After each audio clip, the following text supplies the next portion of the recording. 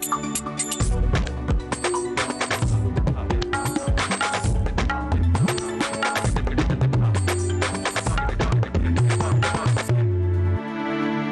वालेकुम नाज़रीन, जियो न्यूज़ पर आप देख रहे हैं आपस की बात और मैं हूं मुनीफ फारूक। नाज़रीन, सबसे पहले आपको गुज़श्ता ईद मुबारक। उम्मीद करते हैं आपकी ईद अच्छी गुजरी होगी। नाज़रीन, ईद पे जाने से पहले आपको मालूम है कि पाकिस्तान की सियासत में एक भूचाल आया। लाने वाले डॉक्टर जुल्फ़िकार मिर्ज़ा साहब थे और उसके बाद बहुत सी डेवलपमेंट्स हुई, बहुत से बातें की गई, बहुत कुछ कहा सुना और लिखा गया। उसके बाद ईद की छुट्टियाँ हुई और इसके दौरान भी कुछ अहम इंकशाफात हुए, कुछ डेवलपमेंट्स हुई जो डॉक्टर जुल्फ़िकार मिर्ज़ा की तरफ से आई। नाज़रीन, इसी के हवाले से आज हम प्रोग्राम के पहले हिस्से में बात करेंगे और सेठी साहब से कुछ बड़े ही दिलचस्प सवालात किए जाएंगे, क्योंकि जहाँ पर ये डेवलपमेंट जारी है वहीं मुत्तहिदा कौमी मूवमेंट और पीपल्स पार्टी भी कोशिश कर रहे हैं दोबारा बगलगीर होने की, और साथ ही जारी है सुप्रीम कोर्ट के असखुद नोटिस की समाअत कराची के अंदर। बहुत इंपॉर्टेंट हैं ये तमाम बातें और सेठी साहब से आज कुछ शरारती सवालात भी हम ज़रूर करेंगे। सेठी साहब, आपसे गुफ्तगू करने से पहले मैं चाहूँगा कि एक रिपोर्ट है, आप भी वो देख लीजिए, हमारे नाज़रीन भी देख लें, और उसके बाद नाज़रीन आज सेठी साहब से ज़रा हो ही जाए फिर दो हाथ। नाम तो सुना ही होगा, जुल्फी लीग्स। जी हाँ, जिनकी गूंज और बाज़गश्त अभी तक मुल्क में सुनाई दे रही है और इल्जामात की ये पटारी जुल्फ़िकार मिर्जा साहब अक्सर खोलते रहते हैं। और तो और अब तो उन्होंने सदर साहब की तरफ से भी मायूसी का इजहार कर दिया है। दूसरी तरफ मीडिया में खबरें आ रही हैं कि जुल्फी लीग्स के असल खालिक जनाब सदर ही हैं, जिन्होंने ISI चीफ से मिर्जा साहब की मुलाकात का एहतमाम किया, जिसमें जुल्फ़िकार मिर्जा साहब ने मुत्तहिदा और इल्ताफ हुसैन साहब के हवाले से अपने इल्जामात और सबूत उनकी खिदमत में पेश कर दिए। उधर रहमान मलिक साहब, जिन्होंने कराची में खुसूसी अदालतों की फरमाइश की है, वहीं वज़ीर आज़म से भी लगे हाथों अपने ऊपर लगाए जाने वाले इल्जामात की अदालती तहकीकात कराने की दरख्वास्त भी कर दी है। लेकिन सवाल यह है कि क्या कराची में खुसूसी अदालतें शहर में अमन व अमान के लिए कोई किरदार अदा कर सकती हैं? उधर खबरें तो ये भी हैं कि फौजी एस्टेब्लिशमेंट कराची में जारी ऑपरेशन के तरीक़ाकार से खुश नहीं और पुलिस और रेंजर्स के इस ऑपरेशन को बिला तफरीक देखना चाहती है। गोया क्या इसका मतलब ये है कि कराची में इस वक्त जो ऑपरेशन जारी है उसमें कहीं न कहीं डंडी मारी जा रही है? कराची के हालात पर उस खुद नोटिस की जो समाअत जारी है उसमें भी जुल्फ़िकार मिर्जा साहब और उनकी जुल्फी लीग्स का जिक्र हुआ और चीफ जस्टिस साहब ने अपने रिमार्क्स में कह दिया कि क्यों ना उन्हें भी इस केस में फरीक बना लिया जाए। सवाल यह है कि जुल्फ़िकार मिर्जा साहब के इल्जामात क्या किसी ठोस इंक्वायरी को जन्म देंगे या फिर दाखिले दफ्तर हो जाएंगे? और आखिर में ये कि चीफ जस्टिस साहब ने आज दौरान समाअत IG सिंध को जिस बिला तफरीक कार्रवाई का हुक्म दिया है, क्या वो सियासी जमातों के ज़ेरे असर कराची पुलिस के जरिए मुमकिन है? और क्या जुल्फ़िकार मिर्जा साहब के इल्जामात फौज और सुप्रीम कोर्ट के बिला तफरीक कार्रवाई की हिदायत और मुतालबे रहमान मलिक साहब के किरदार पर सवालात को जन्म नहीं दे रहे? नाज़रीन, आपने रिपोर्ट देखी। सेठी साहब, मैं आपके पास आऊँगा और जैसे कि मैंने शुरू में ही कहा, कुछ आज आपसे अनकन्वेंशनल और शरारती सवालात भी होंगे। पहले ये जुल्फ़िकार मिर्ज़ा साहब की बात कर लेते हैं। ज़रा अपना एनालिसिस बताइए, आपको जुल्फ़िकार मिर्ज़ा साहब किस तरह की शख्सियत लगते हैं? बहुत जज्बाती, बहुत अक्लमंद, बहुत इंटेलिजेंट, या थोड़े से इमेच्योर? नहीं, इमेच्योर बिल्कुल नहीं है। सियासी कारकुन हैं, पीपल्स पार्टी में कब से हैं, मोहतरमा के साथ भी काम किया, जरदारी साहब के साथ भी काम किया और सियासत जानते हैं, समझते हैं, मंजे हुए खिलाड़ी हैं। जज्बाती ज़रूर हैं, मगर सियासत में आपने देखा जो लोग जज्बात के साथ बात करते हैं लोग ये समझते हैं कि शायद दिल की बात कर रहे हैं। तो ये होता है। कुछ सियासतदान होते हैं, जुल्फ़िकार अली भुट्टो साहब बड़ा ड्रामा किया करते थे, ऐसे लगता था कि ज़रूर दिल की बात कर रहे हैं, जज्बाती हो जाते थे। तो ये भी एक पॉलिटिक्स का एक की मयार होती है। नवाज शरीफ साहब कभी जज्बाती नहीं होते, शहबाज शरीफ साहब सारा वक्त जज्बाती होते हैं, सारा वक्त ऐसे ऐसे करते हैं, ऐसे करते हैं, ये करते हैं और धमकियाँ देते हैं और ये करते हैं। तो ये स्टाइल होता है। जरदारी साहब बिल्कुल जज्बाती नहीं होते, सारा वक्त वो मुस्करा रहे होते हैं, अपने खूबसूरत दांत दिखा रहे होते हैं और जहन में मेरा ख्याल है चाकू चल रहे होते हैं उनके। अच्छा सेठी साहब, मैं जरदारी साहब के हवाले से एक अलहदा सवाल करूंगा, वो थोड़ा सा आगे चल के। डॉक्टर जुल्फ़िकार मिर्ज़ा की बात हो रही है यहाँ पर। अभी कुछ दिन पहले आपको पता है, जब उन्होंने पहली दफ़ा वो बॉम्बशेल गिराए, उसके बाद फिर उन्होंने कहा कि मैं आहिस्ता आहिस्ता और भी बहुत कुछ रिवील करूँगा, यानी कि बताऊँगा। और फिर उन्होंने वही बात की कि मुझे अगर सुप्रीम कोर्ट बुलाए, लेकिन यही है कि वो मीडिया के सामने हो, लेकिन मुझे पूरा मौका दिया जाए कि मैं हिस्ट्री भी बताऊं और प्रेजेंट भी बताऊं, सब कुछ बताऊं। और मुझे जो गारंटीज़ हैं वो दी जाएं। अब सवाल ये पैदा होता है कि जुल्फ़िकार मिर्ज़ा साहब का, मैं ये सवाल इसलिए कर रहा हूँ कि इम्पॉर्टेंट है कि जुल्फ़िकार मिर्ज़ा साहब का टारगेट कौन है? उनके अपॉइंट तो मतलब अब आप क्या कह सकते हैं कि वो है तो वो जरदारी साहब के आदमी थे। हाँ, तो जाहिर है जरदारी साहब के आदमी हैं, पीपल्स पार्टी के कारकुन हैं, मोहतरमा के भी ट्रस्टेड थे, तो टारगेट तो एक ही है ना, एमक्यूएम है। देखिए, नून लीग का टारगेट भी एमक्यूएम है, एएनपी का टारगेट भी एमक्यूएम है, पीपल्स पार्टी का टारगेट भी एमक्यूएम है, और आपने हाल में देखा कि एक ज़माने में फौज का टारगेट भी एमक्यूएम था। तो सब लोगों ने काम करने की कोशिश की है एमक्यूएम के साथ, मगर कहीं ना कहीं आके गड़बड़ हो जाती है, मुआहदे जो हैं वो टूट जाते हैं और फिर तशद्दुद की सियासत शुरू हो जाती है कराची में। तो टारगेट तो क्लियर कट टारगेट जो है वो एमक्यूएम है। दिलचस्प बात यह है कि ये जो जुल्फ़िकार मिर्ज़ा साहब ने अटैक की है एमक्यूएम के ऊपर, इसके दो पहलू हैं। एक तो आप शॉर्ट टर्म पहलू देख लीजिए, वो यही है कि वो उसका शॉर्ट टर्म ये है कि एमक्यूएम वापस हुकूमत में आ जाएगी, क्योंकि अब उनके पास और कोई जगह नहीं है जाने को। लॉन्ग टर्म बहुत इंटरेस्टिंग इसका इम्प्लीकेशन है। लॉन्ग टर्म में ये है कि अब इनकी अटैक के बाद कुरान शरीफ सर के रख के और ये फौज की बात करना कि कोर कमांडर भी इत्तेफाक करते हैं, मैं आईएसआई को भी मिला हूं, उनको भी ये बात दी है।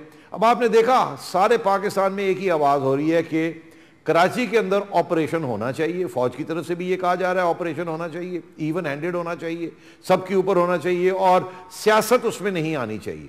तो मतलब इसका ये है कि आज अगर जरदारी साहब सही तरीके के ऑपरेशन वहाँ नहीं करते जिसमें एमक्यूएम की टारगेटिंग हो और फिर एमक्यूएम लाइन से भागे, तो कल कोई भी जो आएगा, ये एक स्वॉर्ड ऑफ डेमोक्रेसी जैसे कहते हैं, एक तलवार एमक्यूएम के सर के ऊपर रहेगी अब फॉर एवर, कि देखिए ये इल्ज़ाम लगे थे, ये चीज़ें निकली थी, सारे इदारे सारी सियासी जमातें एक ही सफ़े पे हैं। तो ये अब एक लॉन्ग टर्म इम्प्लीकेशन आ गई है कि रियासत के इदारों को भी इन्होंने जुल्फ़िकार मिर्ज़ा साहब ने इन्वॉल्व कर लिया है। और अब आप हाल ही में आपने देखा कि ISPR की तरफ से भी ये बयान आ गया है कि कराची में सही तरीके का ऑपरेशन होना चाहिए। और मैं आपसे ये कह दूँ, जरदारी साहब ने ये तलवार जो है अब एमक्यूएम के सर पर रखी हुई है कि भाई मैं क्या करूँ, अब तो सारे कह रहे हैं कि ऑपरेशन करें, इसलिए ये इसके शॉर्ट टर्म और लॉन्ग टर्म इंप्लीकेशंस भी हैं। आगे से एमक्यूएम को बड़े ख्याल से चलना पड़ेगा, क्योंकि पाकिस्तान की आवाम में ये चीज़ बैठ गई है। जुल्फ़िकार मिर्ज़ा साहब की जज्बाती बातें कुरान शरीफ सर पे रख के सब लोगों ने यकीन कर ली। अच्छा सेठी साहब, एक ब्रेक का वक्त है यहाँ पर। नाज़रीन, जब ब्रेक से वापस आए तो बहुत अहम सवालात हैं जो सेठी साहब से आज मैं करूँगा। एक ब्रेक के बाद हमारे साथ रहिएगा।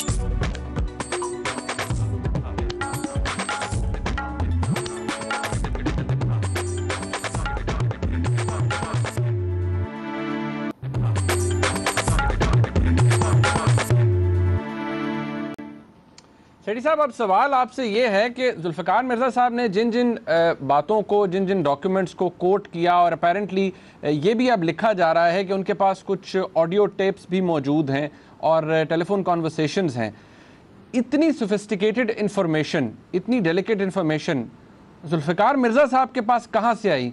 कौन दे सकता था उन्हें? अरे भाई, जुल्फ़िकार मिर्ज़ा साहब होम मिनिस्टर रहे हैं सिंध के। जुल्फ़िकार मिर्ज़ा साहब की जो पेरेंट पार्टी है वो फेडरल गवर्नमेंट चला रही है। इसका ये मतलब है कि जो फाइलें ISI या IB फेडरल गवर्नमेंट को दिखाती है, वो सारी की कॉपीज़ जो होती हैं वो मिर्ज़ा साहब के पास होती हैं। और जो सारी तफ्तीश सिंध हुकूमत करती है, या JITs करती हैं, या IG सिंध करते हैं, या और कोई इदारा रेंजर्स करता है, हर फाइल जो है वो और हर एविडेंस जो है, हर स्टेटमेंट जो है वो मिर्ज़ा साहब की आंखों के आगे से जाता है। और इन्होंने जाहिर है हर चीज़ की फ़ोटोकॉपी करा के रखी हुई है कि ये काम आएगी किसी न किसी दिन, और वो अब एक एक करके वो सारी बातें रिलीज़ कर रहे हैं, और वो सेलेक्टिव रिलीज़ कर रहे हैं। जाहिर है जो MQM के ख़िलाफ़ है एविडेंस वो सारी रिलीज़ कर रहे हैं, और बाकी चीज़ें जो है वो दबा के बैठे हुए हैं। अच्छा सेठी साहब, आप ये भी बता दीजिए, जुल्फ़िकार मिर्ज़ा साहब के हवाले से उन्होंने खुद कहा है कि मेरी 2 मुलाकातें हुई हैं DG ISI से, और ये भी लिखा गया है हमारे अखबार के अंदर कि जरदारी साहब ने रेफ़र किया उन्हें कि आप DG ISI को मिले। इस बात को आप कैसे वे करते हैं? देखिए, जुल्फ़िकार मिर्ज़ा साहब काफ़ी अरसे से जरदारी साहब को कह रहे हैं कि हार्ड लाइन लेनी चाहिए, मेरे पास ये सबूत है, मेरे पास ये सबूत है, और आईएसआई का ये सबूत है, और आईएसआई का ये सबूत है, क्योंकि वो आईएसआई की जो फाइल्स होती हैं या रिपोर्ट्स होती हैं वो जाहिर है प्राइम मिनिस्टर के पास जाती हैं, वहाँ से प्रेसिडेंट के पास आती हैं, रूटीन ही होती है, principal secretary to the prime minister के पास आती है रिपोर्ट, वो आईएसआई की अपडेटेड रिपोर्ट्स आती रहती हैं हर चीज़ के ऊपर, और वो पीएम देखता है, फिर जाहिर है प्रेसिडेंट साहब को भी वो दिखाई जाती हैं, हर डॉक्यूमेंट प्रेसिडेंट देख सकता है और जाता है उसके पास। तो अर्ज ये है कि प्रेसिडेंट साहब की इजाज़त लेनी पड़ती है या प्राइम मिनिस्टर की, एक्चुअली तो रूल्स के मुताबिक प्राइम मिनिस्टर की इजाज़त के साथ कोई भी शख्स डीजी आईएसआई को मिल सकता है, और अगर डीजी आईएसआई किसी को मिलना चाहें तो वो खुद इस ख्वाहिश का इजहार कर सकते हैं कि जी मैंने फलाने मिनिस्टर को मिलना है, उनसे फ़ोन करके वो कह सकते हैं कि मैं आपसे मिलना चाहता हूँ, मगर वो मिनिस्टर आईएसआई चीफ को मिलने से पहले या आर्मी चीफ को मिलने से पहले उसे प्राइम मिनिस्टर को आगाह करना पड़ता है कि मुझे डीजी का फ़ोन आया था, वो मिलना चाह रहे हैं, मैं मिल लूँ, तो ये बताना पड़ता है, इन्फॉर्म करना पड़ता है। इसी तरीके के साथ अगर कोई मिनिस्टर साहब डीजी आईएसआई से मिलना चाहें तो वो डिफेंस मिनिस्टर हैं, वो तो खुद फ़ोन करके अपॉइंटमेंट ले सकते हैं, मिल सकते हैं, सिमिलरली विद आर्मी चीफ, मगर प्रोटोकॉल के मुताबिक हर मिनिस्टर को फौज के किसी बड़े शख्स के साथ अगर मुलाकात करनी हो तो पहले हुकूमत से इजाज़त लेनी पड़ती है, मीनिंग पीएम सेक्रेटेरिएट से। तो इन्होंने इजाज़त लेके ये किया, और जरदारी साहब ने क्यों इजाज़त दी? जाहिर है जरदारी साहब भी तो, जो मैं आपसे कह रहा हूं, उन्होंने वो गलियों में बंटे नहीं खेले, अखरोट खेले, उनको हर बंटा इतना इतना बड़ा नजर आता है ताकि मिस ना हो टारगेट। तो वो क्या है, वो ये है कि जाहिर है भाई आप जाओ बताओ आईएसआई को क्या हो रहा है, देखो उनकी पॉइंट ऑफ व्यू क्या है। तो जरदारी साहब ने तो आईएसआई को भी खुश रखा हुआ है, उनकी भी ब्रीफिंग हो रही है, आईएसआई मिर्जा साहब की ब्रीफिंग कर रहे हैं, सब ये चाहते हैं कि कराची के अंदर अमन हो, तो एक दूसरे की बात सुनने के लिए तैयार है और शेयरिंग भी करते हैं। तो ये तो बिल्कुल जरदारी साहब की इजाज़त के साथ सब कुछ हुआ, और जैसे मैं आपसे कह रहा हूं काफ़ी अरसे से जरदारी साहब ने छुट्टी दी हुई थी, खुली छुट्टी दी हुई थी मिर्जा साहब को कि ठीक है मैं संभाल लूंगा, तुम इस एंगल को चलाओ। वो तो मैं कह रहा हूं ये आखिरी स्टेज पे आके कुछ थोड़ा बहुत मिर्जा साहब को इन्होंने रोकने की कोशिश की कि यार इस वक्त ना करो, तो वो हाथ से बाहर निकल गए। और अभी भी जो जरदारी साहब का तो कोई नुकसान नहीं हुआ है, इसके साथ सारा फायदा ही पीपल्स पार्टी का और जरदारी साहब का हुआ है, मिर्जा साहब की ये जो आउटबर्स्ट हुई है। और तो इसलिए मैं समझता हूँ जरदारी साहब is a winner in all this. तो वो तो ये गेम प्लेइंग करते रहेंगे, वो आईएसआई को भी साथ लेके चलेंगे, फौज को भी साथ लेके चलेंगे, एमक्यूएम को भी साथ लेके चलेंगे, मगर साथ साथ इंटरनल टेंशंस और कॉन्ट्रडिक्शंस रहेंगी। अच्छा सेठी साहब, एक बड़ा शरारती सवाल है, जान की अमान पा के मैं सवाल करूंगा, आई होप जरदारी साहब नाराज ना हो। कितने सियासी तौर पे होशियार हैं, चालाक हैं जरदारी साहब, कितने जीरक सियासतदान हैं? सारों को ही खुश रखा हुआ है उन्होंने। अरे यार बात ये है कि आपको याद होगा वो मेरा ख्याल है वो कौन साहब थे, जावेद हाशमी साहब थे, जिन्होंने कहा था कि जरदारी साहब को समझने के लिए और काउंटर करने के लिए एक पीएचडी की ज़रूरत है, आप पहले आप डॉक्टरेट हासिल करें सियासत में और फिर जाके जरदारी साहब को टकरें। अब हाल ही में डॉक्टर ए.क्यू. खान ने भी बड़ी एक दिलचस्प बात लिखी है अपने एक कॉलम में। डॉक्टर साहब कहते हैं कि यार ये जरदारी ने देखो क्या चालाकी की है कि लोग हर किस्म का सुप्रीम कोर्ट का ऑर्डर भूल गए हैं, हर किस्म का स्कैम भूल गए हैं, हर किस्म की नैब के जो प्रॉब्लम्स आ रहे थे भूल गए हैं, जो करप्शन स्कैंडल्स चल रहे हैं हर किस्म की जो अटैक फेडरल गवर्नमेंट पे आ रही थी या उनके ओहदेदारों पे आ रही थी, लोग भूल गए। और जुल्फिकार मिर्जा की तरफ और एमक्यूएम के खिलाफ एक पूरा महाज खड़ा हो गया है। और वो डॉक्टर ए.क्यू. खान का ये कहना है कि कमाल का शख्स है, देखिए कभी इधर रूस चला जाता है, कभी चाइना चला जाता है, लोग सारे जो उनके खिलाफ इल्ज़ाम है वो भूले हुए और सारा कुछ जो है वो इधर फोकस हो गया टेंशन। और उन्होंने ये कहा है कि हार्वर्ड यूनिवर्सिटी में जरदारी साहब को सीनियर प्रोफेसर लगना चाहिए पॉलिटिकल साइंस का और लोगों को सियासत सिखानी चाहिए। तो बात यह है कि जरदारी साहब कर क्या रहे हैं, बड़ी सिंपल सी चीज कर रहे हैं। जरदारी साहब ने कहना यार मैंने रहना ही, हम मैंने नाराज किसी को नहीं करना, कौड़ा गुट करना है, जो गाली गलौज करते हैं करने दें, मैंने जफ्फी डाल के इनको पकड़े रखना है। और अगर बदनाम ये लोग होते हैं तो हो मेरी बदनामी से मुझे क्या, मुझे तो अगली इलेक्शन जीतनी है बाय हुक और बाय क्रुक। पहले मार्च का एक साइन पोस्ट है, वो मार्च तक मैंने खींचना है, उसके बाद मैंने आगे खींचना है, एएनपी को भी जफ्फी डाल के पकड़ के रखना है, इनको भी रखना है, मौलाना को भी जरा थोड़ा बहुत ढील वील देते रहना है ताकि मौलाना भी इधर उधर ना हो। और मियाँ साहब को भी इतना नाराज नहीं करना, इसीलिए वो गवर्नर खोसा साहब लगा दिए गए हैं कि वो जरा वो मियाँ साहब को मरम पट्टी करते रहते हैं, अच्छे तल्लकात हैं उनके। और अब बाबर अवान को भी पंजाब से हटा लिया गया, उधर कराची की तरफ कर दिया गया। तो मतलब ये बड़ी ऑर्डिनरी सियासत है, मगर इसमें वो जो से कहते हैं ना एरोगेंस नहीं है, कहते थे जुल्फिकार अली भुट्टो साहब बड़ी जल्दी नाराज हो जाते थे, एरोगेंट बड़े थे, मगरूर बड़े थे। मियाँ साहब के बारे में भी ये कह रहा है कि बड़े विंडिक्टिव हैं, मगरूर हैं, कि किसी को माफ नहीं करते।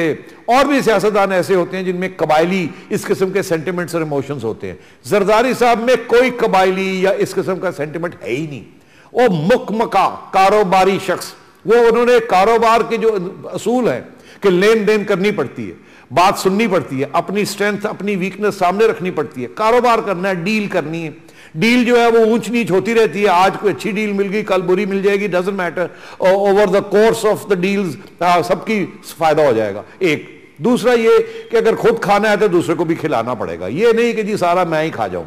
तो जरदारी साहब तो एक बिजनेसमैन के हैसियत से ये कर रहे हैं। बिजनेसमैन कभी भी स्नब महसूस नहीं करता, बिजनेसमैन को कभी भी जात अपने सामने नहीं लाता, वो पैसे की बात करता है, लेन देन की बात करता है। अगर वहां उसका मुनाफा हो जाए तो आप जो मर्जी गाली भी दे दें उसको कोई फर्क नहीं पड़ता। तो ये बिजनेस के प्रिंसिपल्स हैं जो जरदारी साहब पॉलिटिक्स के अंदर इस्तेमाल कर रहे हैं।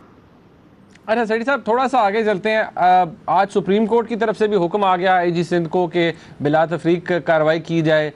फौज की तरफ से भी यही कहा गया है कि वो खुश नहीं है जिस तरह से ऑपरेशन को किया गया है अभी तक रेंजर्स और पुलिस की तरफ से। तो आपको क्या लगता है कि एक ऐसी पुलिस जो हाईली पोलिटिसाइज्ड हो, और जुल्फिकार मिर्जा साहब ने पिछले दिनों खुद कहा कि एमक्यूएम का मैंने एक बंदा नहीं रखा अंदर भर्तियों में, और जारी बात है पीपल्स पार्टी के रखे होंगे फिर, तो ऐसी सूरत हाल में क्या एक इनडिस्क्रिमिनेटली ऑपरेशन हो सकता है? जी नहीं हो सकता। जिस किस्म का ऑपरेशन फौज चाहती है वो नहीं हो सकता, जिस किस्म का ऑपरेशन आवाम चाहती है वो नहीं हो सकता। मैंने आपसे अर्ज किया अगर ऐसा ऑपरेशन होगा तो एएनपी भी छोड़ जाएगी हुकूमत को और एमक्यूएम भी हुकूमत को छोड़ जाएगी। तो ये हो नहीं सकता कि जरदारी साहब ऐसा ऑपरेशन करें जिसमें इवन हैंडेडली सबको टारगेट किया जाए, और फिर पीपल्स पार्टी के लोग जिनको खाना खिलाया है, पिलाया है, मजबूत किया है, उनको भी फिर पकड़ना पड़ेगा क्योंकि वो भी मुलव्वस है, ये पीएसी वाले और इस किस्म के जो लियारी के अंदर गैंग्स हैं।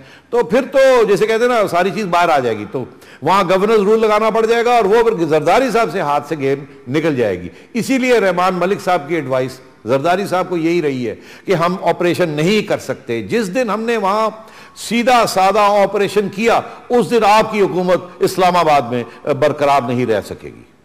अच्छा सेठी साहब, ब्रेक का वक्त है यहाँ पर। नाज़रीन एक ब्रेक ले लेते हैं और फिर वापस आएंगे तो चंद अहम मौज़ूआत उन पर बात करेंगे।